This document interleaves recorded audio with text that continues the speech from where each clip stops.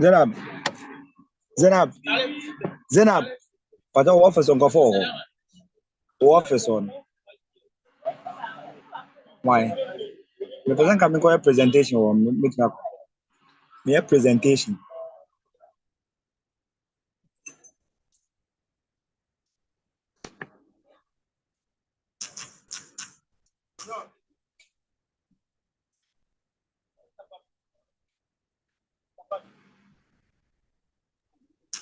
Hello, ma'am.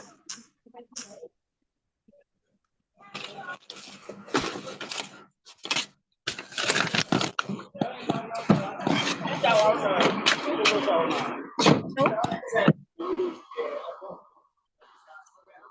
Hello, yes, I can hear you. Shall we start now, ma'am? A presentation.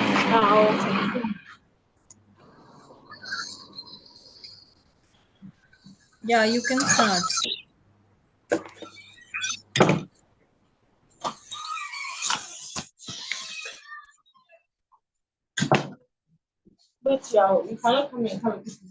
Hello, everyone. Present here virtually, I am Ashwini here, and I welcome you all for today's session, which is titled as Role of HR Public Sector. And presenting here this session, we have with us our today's experts, Dr. Surbi Pahuja ma'am and Richard Jerry Cohen.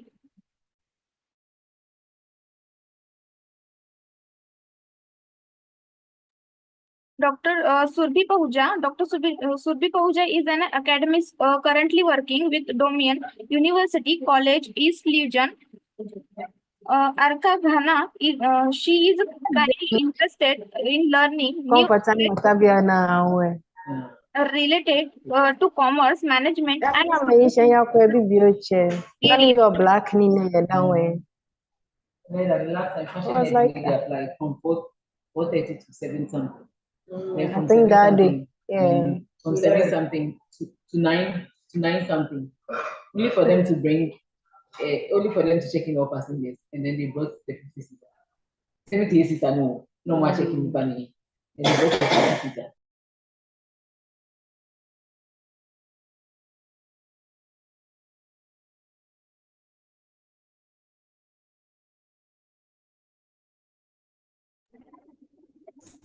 I think the admin can mute that person. There is some issue on his side. I guess he's not able to mute himself. Please, I've sent her message to mute her microphone, so I think she has done it. No, sir. Just give me 1 minute. Okay.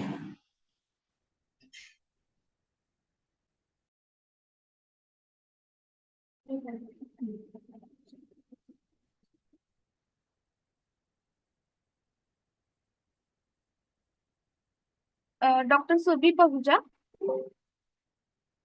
Dr. Surbi Pahuja is an academic currently working with Domain University College East Legion, Accra, Ghana. She is kindly interested in learning new aspects related to commerce management, and her core area is human resources management.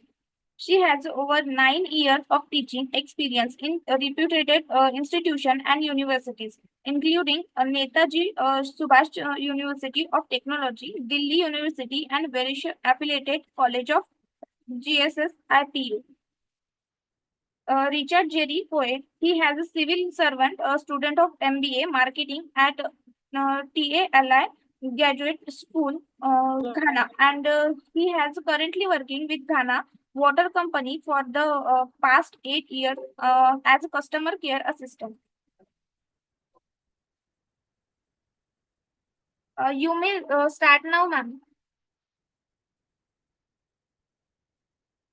Okay, I'm really thankful to you for such a beautiful introduction. To begin with, I will say that a lot can be said in the area of HR. A lot is there to discuss about it, but yes, we are here to just show you a bit about the role of HR in public sector institutions. The role of HR is wide. I am here to discuss about it along with my student Richard Jerry Quay. He's a civil servant, so he'll tell you more about the public sector institutions. A lot can be discussed regarding it, but with considering the time constraint and the constraint regarding the content that we had to deliver, we have a few things to talk about.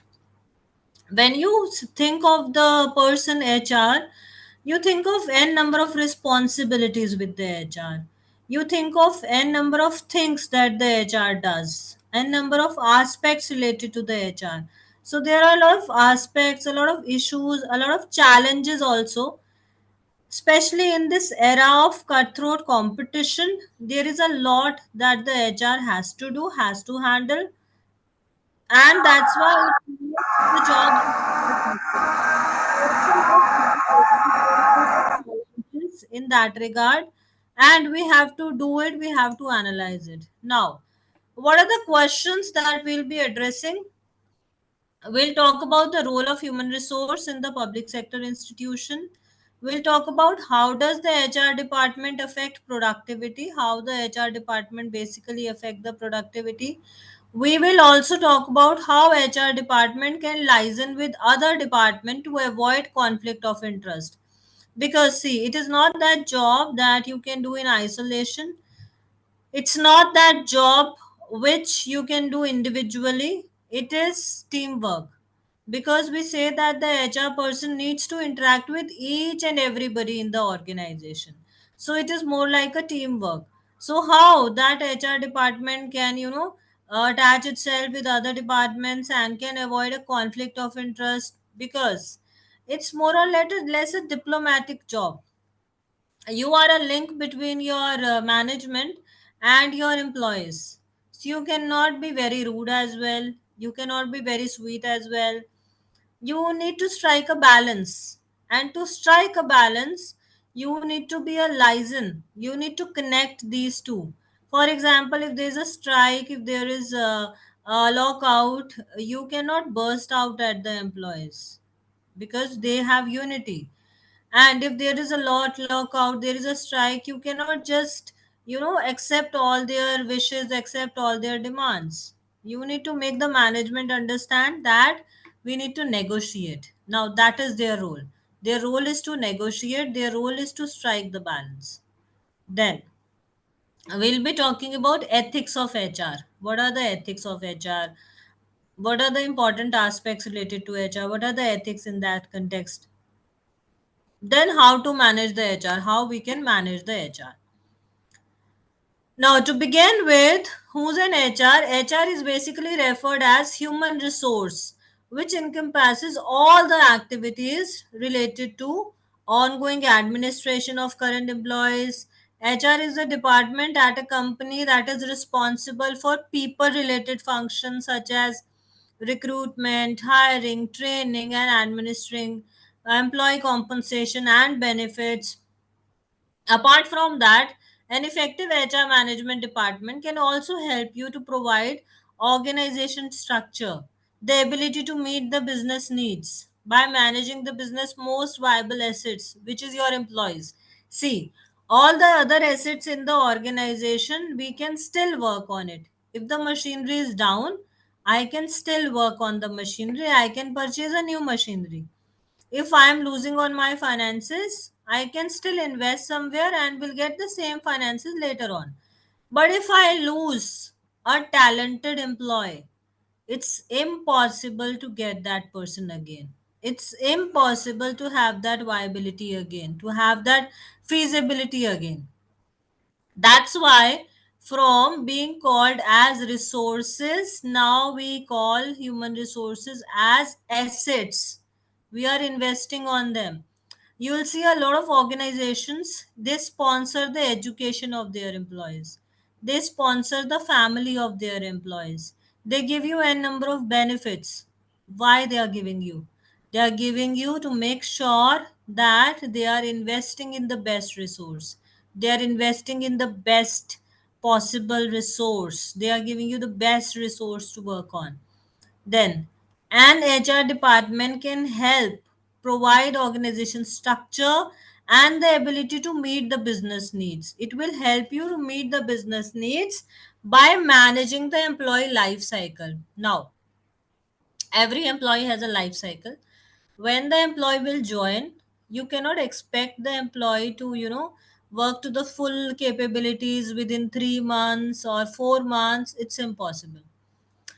Whenever a person joins, it takes at least 5 to 6 months to understand the system, to get adjusted with the system. It takes time. So initially the person will settle down. Initially the person will just, we can say, understand the aspects. Initially the person will just, be able to adapt to the system, be able to understand the system.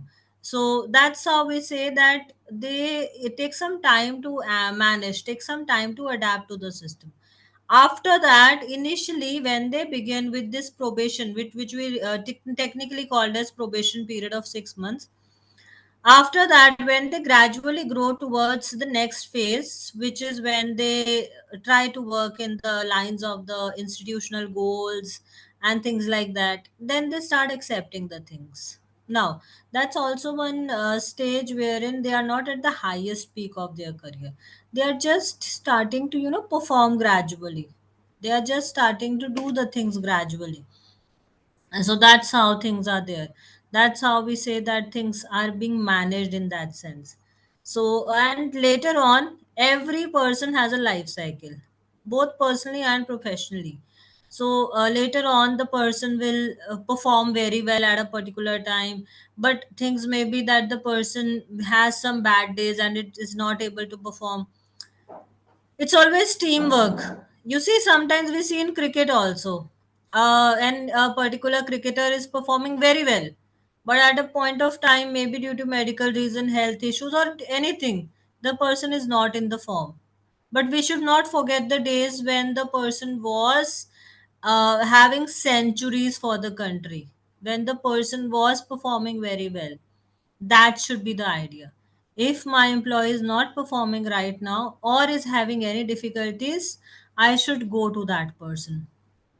I should ask that person that what are the issues, what are the problems, and then I should try to analyze the things, that where things went wrong. What is the issue with that person? So that should be the idea, that should be the ideology. So from the next slide, my student will continue. Now Richard can continue from the next slide. I will follow up.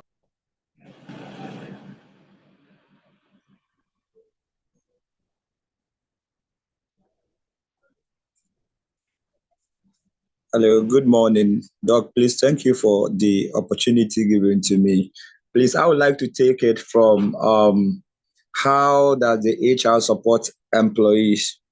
As we all know, it is the duty of the HR to make sure that all employees are in good condition. Hello, can you people hear me, please? Hello. Yes, yes, I can hear you. Yes.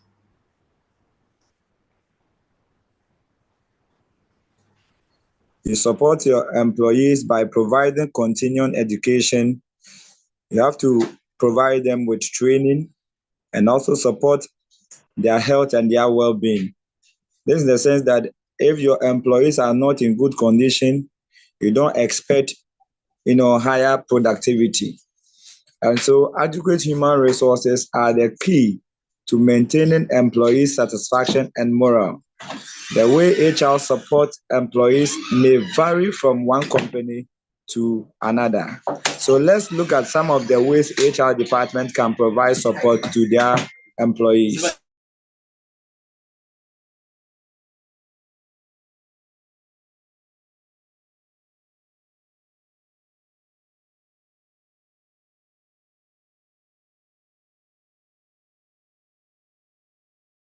They can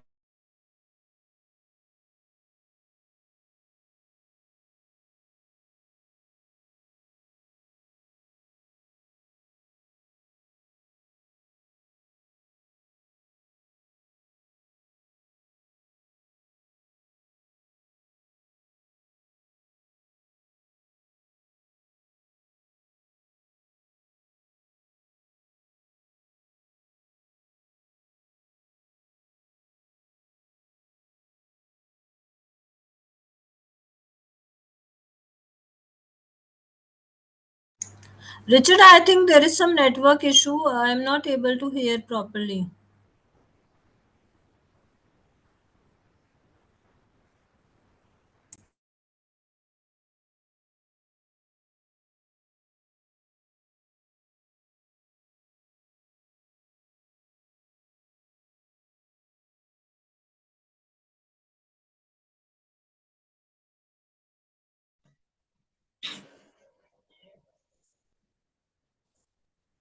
Okay, ma'am. You can take your time, ma'am.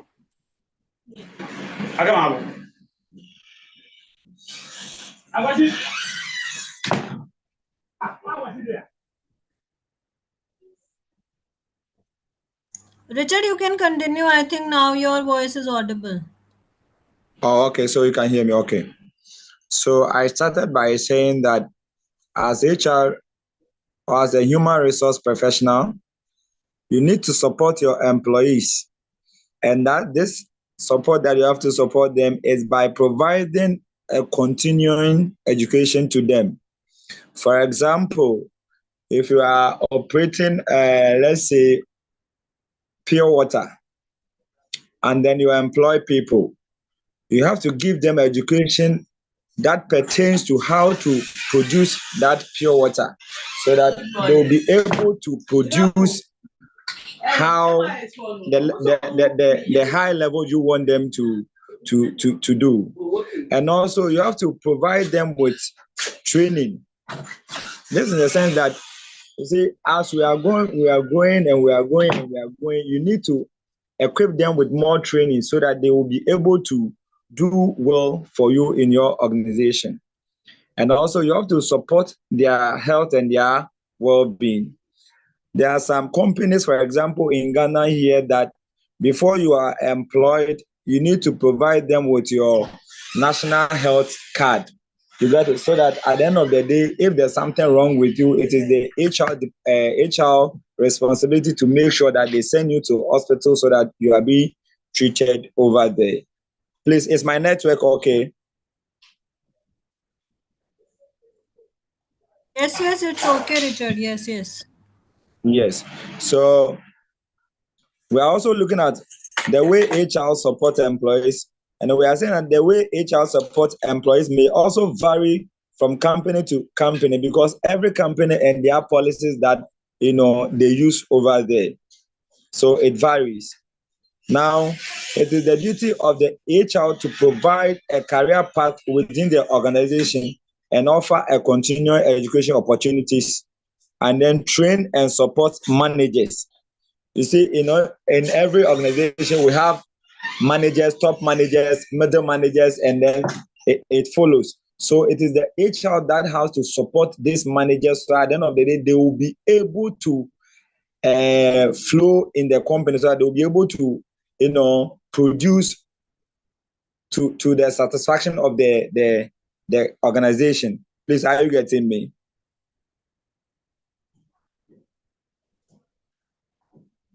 Yes, it is clear, Richard. It is clear, completely clear. Yes. Can we please go to the other slide, the fourth one?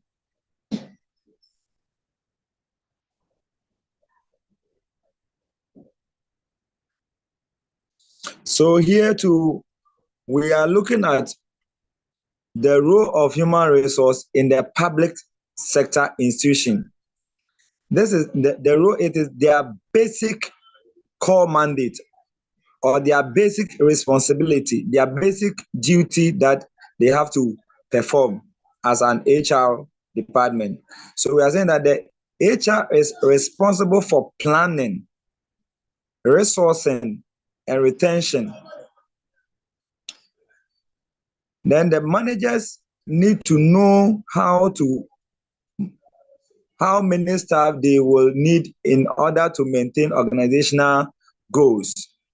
We all know that in every organization, we need employees to work with.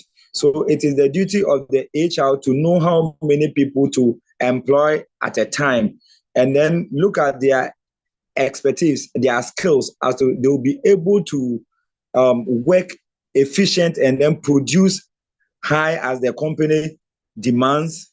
So it is the duty of the HR to do that. And then we're also looking at, it is the HR that does the recruitment and selection. The HR does recruitment and selection. See, when the need for people has been ascertained, the next task is to find them and ensure that the right people are selected and recruited for the organization. You see, when you don't recruit people with skills and knowledge at a given field, at the end of the day, productivity will be low, and then the organization will not be able to perform well. Let me give this example. The situation whereby HR department employ people who are not qualified for the right job. People who are not qualified for the right job. When somebody who doesn't know how to drive a big, heavy duty machine is employed to go and then operate that machine, just imagine what will happen at the end of the day. So it is the duty of the HR to make sure that the people they employ or the people they recruit are people who have the skills, the technical know-how, who know how to, who are good at that field before they do what they employ them. Then we are also looking at the training and development. You see, in order to get the best from employees, they need to be trained. And this training is done to fill a gap between the skills and knowledge they have present and the skills, the knowledge the organization wants them to have in order to fulfill the set goals. If the organization wants productivity to go higher and then the organization wants to meet its goals, and then it is the duty of the HR to make sure that these employees are constantly trained. And then, in the course of the training, they learn new ideas, how to go about new things. So at the end of the day, they'll be able to put them into practice to make sure that at the end of the day, the goals of the organization is made known. Then we are also going to look at remuneration and rewards. Employees need to be paid so that they are able to live. You pay their needs and then adequate and equitable. The situation whereby employees are employed to work and then they are not paid, at the end of the day, what will happen?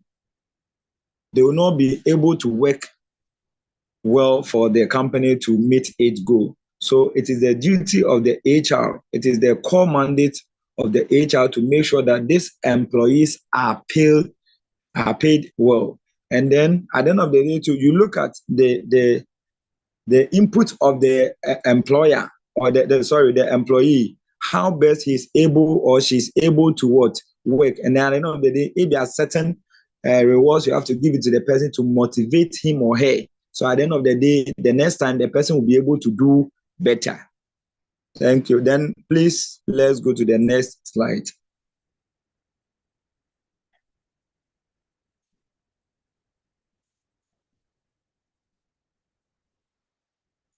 So We are looking thank at you so much. how does the HR department affect? Okay, how does the HR department affect productivity? So it is the HR for the company or the organization to meet its goals. Everything depend. I can say 70% of their responsibilities depend on the HR department. So let's look at it. So depending on the role of HR, flex work program can affect productivity positively.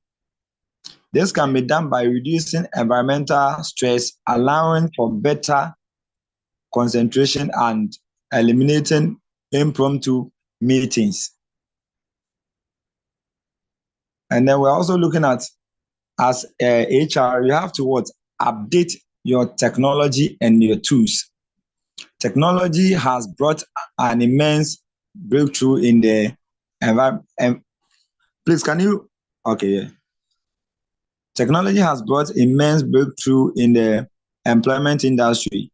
Therefore, the HR department can affect productivity by organizing training for employers.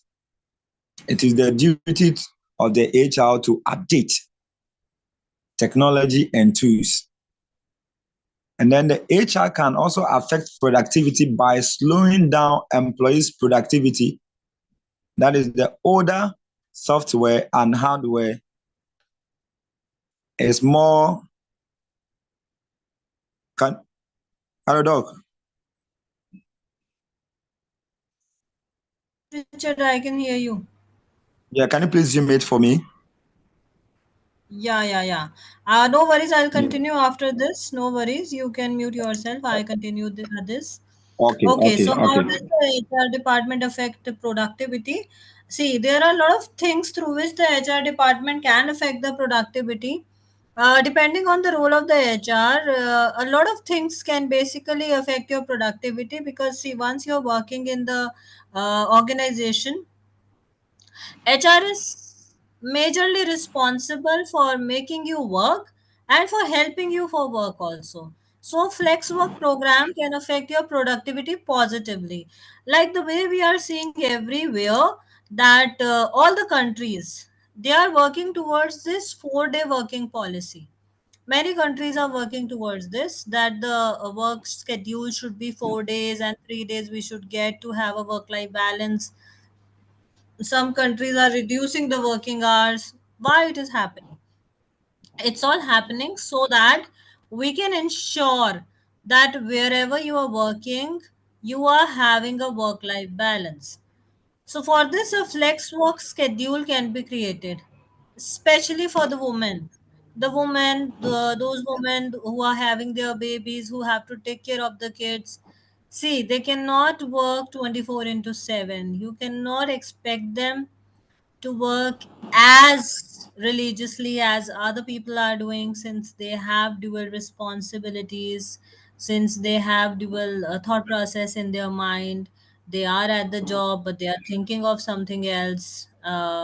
My doctorate is in this subject only, postpartum depression, so I can tell you more about it. That it happens that when the woman she's having a baby, there are a lot of things that are going in her mind. So you can offer her flexible schedule.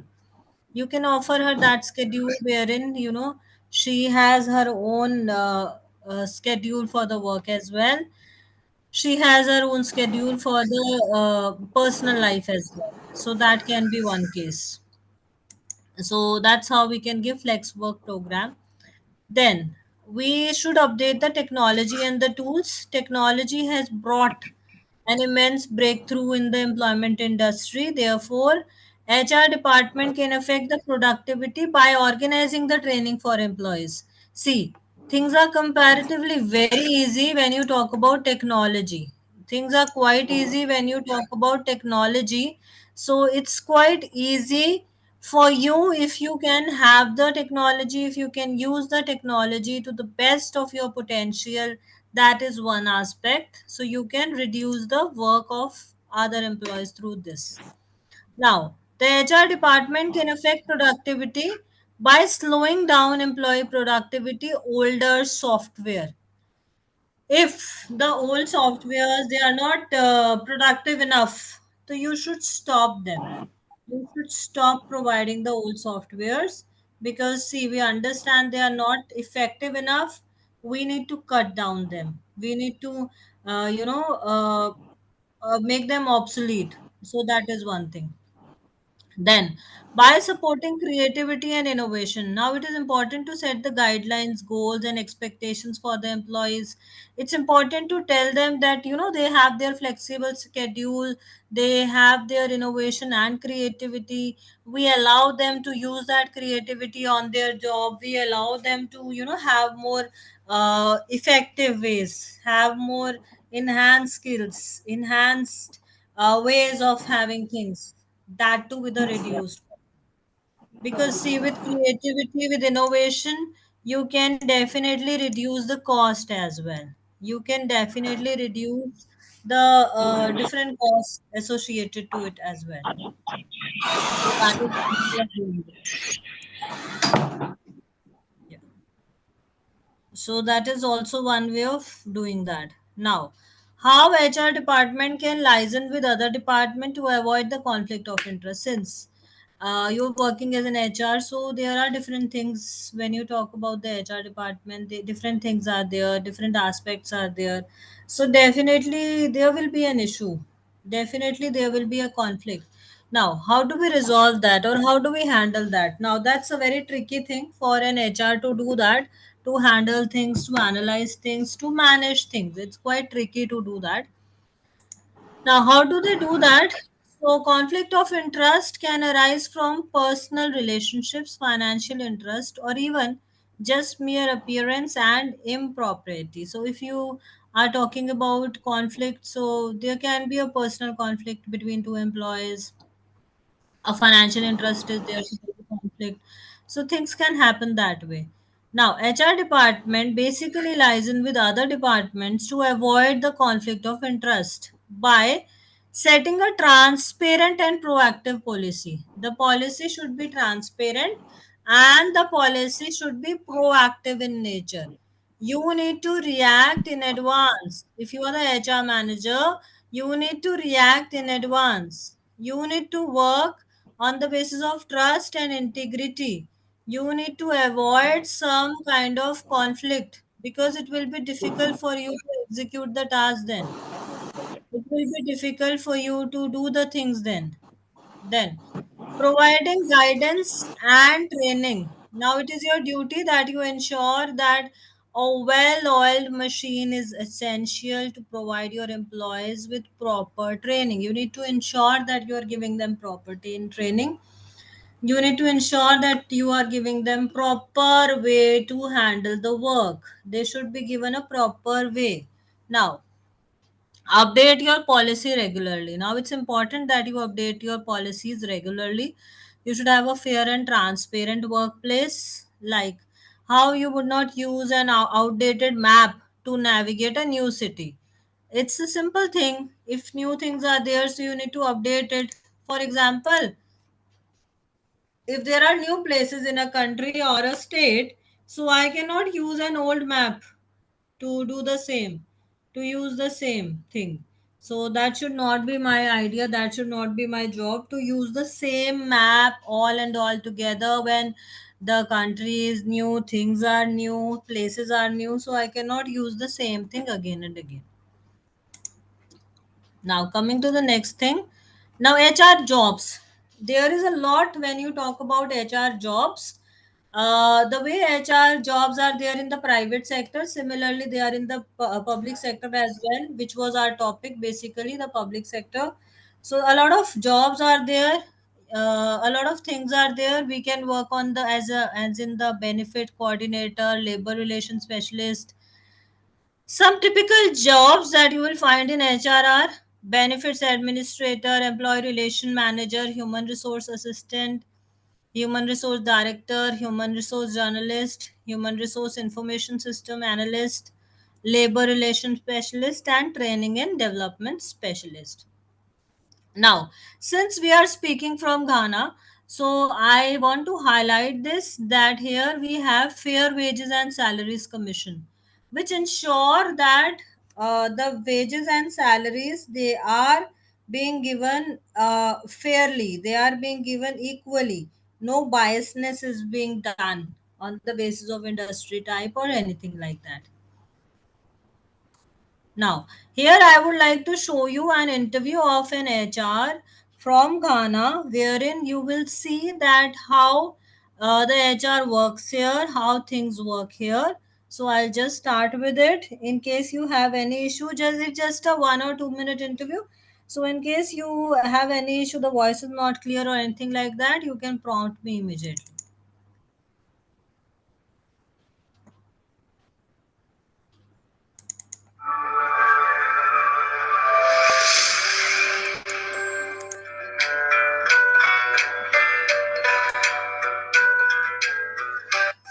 Be courageous, speak the truth, speak up, don't be complacent, love yourself. The only person who knows what's best for you is you. and you need to take up leadership roles. That's the only way you're seen to have earned where you are, the role for which you find yourself, and not just for the sake of being a woman. In some industries, people say that, okay, because we don't have a lot of women in this industry, let's let this lie for a woman, but you should earn it.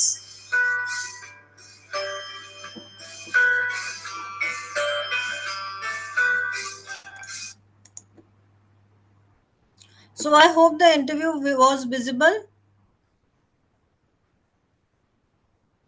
Yes, ma'am, visible. Yes. Okay. So the way this HR explains, this is the way she tells that when you are in the role of HR, especially when you are a woman, so a lot of leadership roles are being given. A lot of things are there. So as a woman, you should not restrict yourself that if I am working as an HR, no, and I have some limitations or something like that. There are few women who are there at the highest level in the HR, but those who have the capability, those who have the skills, they can outshine, be it the private sector or the public sector. They can outshine anywhere. This is what this HR was explaining us. Now, talking about the ethics of HR, what do we need to ensure when we are working as an HR? What do we need to do when we are working as an HR? First and foremost, professional responsibility. As HR professional, we are responsible for adding value to the organization. We have to add the value. We have to serve. We have to contribute to the ethical success of those organizations. It's important that we contribute to that regard, that we take up that responsibility. We feel that this is my organization, I need to take a stand, I need to work for it. So that professional responsibility should be there. Then professional development should be there. As professionals, we must serve the highest standards of competence, of commitment, to have a strengthen competencies on continuous basis. We need to develop that, we need to have that. Then ethical leadership. As HR professionals, we are expected to show some leadership. As an individual, you are the one the employees should follow. You are the one the employees should look after. Fairness and justice. It's very important that as HR professional, we should be fair. We should have justice for everybody. We should not be biased toward people. Conflict of interest. Now we should maintain high level of trust, and confidential thing are also there, like the remuneration and everything. It's quite confidential. So I need to develop that there should not be a conflict of interest, that people engage in such activities which are very difficult for me to manage. So these things should be analyzed as an HR. Now, what skills one should have? If you're working as an HR in a public sector or private sector, the skills that you should have is active listening. You should listen to the problem of your employees. Analysis. You should analyze who is saying the right thing, who is just bluffing over things. I should analyze. Administrative things. I should be able to administer things, handle things. Communication. It is important that we build that communication channel. It's important that we have training. It's important that we have technical skills. Now that is quite important if you build that things. Now, how to manage the HR? Know which skill you need. You should know that which project needs which skill. So you should build the skills accordingly. Lead and organize your team. Now it's important that you build a team and you organize that.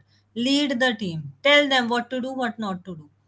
Encourage them to participate. Tell them, encourage them, motivate them to participate. Use a project management tool. In most of your experiences, you can use such kind of tools which are important. Now, here I would like to conclude what we had to say. So, we talked a lot about the HR side. We showed an interview about an HR, but a lot of things are still being analyzed, especially in the public sector.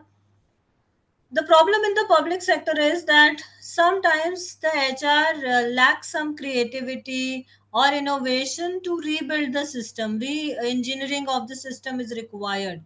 No matter which country it is, but there are some things wherein people can improve. And this is my submission. My and my student Richard Jerry also agree to this point, that we want to spread this message with the help of Business Rozgar. I'm very thankful that they gave us this opportunity. So both of us want to unleash this opportunity and want to spread the message to all the public sector institutions, that for once sit with the HR of the organization, talk to that person, try to understand that what is going wrong where, so that it can be resolved. Because a lot of public sector institutions, they turn into sick unit just because they lack communication. So it's important that you communicate with your HR, because HR can tell you about the employees. So this is my and my student submission, that all the public sector institutions, they should try this activity. They can try this activity wherein they can sit with the HR of the system, and they can try to analyze what is going wrong within the employees or through the employees, and how we can resolve. So with this, I conclude on his behalf as well. The role of the HR cannot be carried out in isolation. That's what I rightly said. From the wider context of the organization or society in which the organization operate. The external environment can impact how functions are designed and implemented. That is why HR needs to understand development and change in politics, economics, government, legislations, technology, external competition, and society, and be able to manage change to respond to them effectively. With this, I thank you all for giving us this opportunity.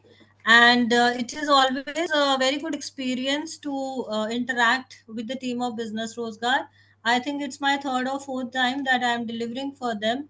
I really want to thank you from the core of my heart for this opportunity. Thank you so much, ma'am, for this very nice session. If anyone has any question, you can ask.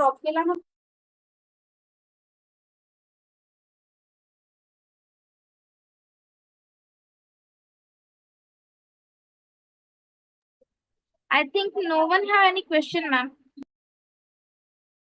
Okay, no problems. If later on so they have, so you can tell me the questions. I am always there to resolve the queries. Thank you so much, all the participants. Thank for your active participation. Let me inform to all that this complete session will be available on our YouTube channel, Business Rozgar YouTube channel. So if you want to watch it again or want to share with somebody, please do visit the Business Rozgar YouTube channel. Thanks. And last but not the least, thank you, Mr. Ma'am, for taking out time for session with your You're most welcome. I would like to end today's session here. Thank you. Thank you.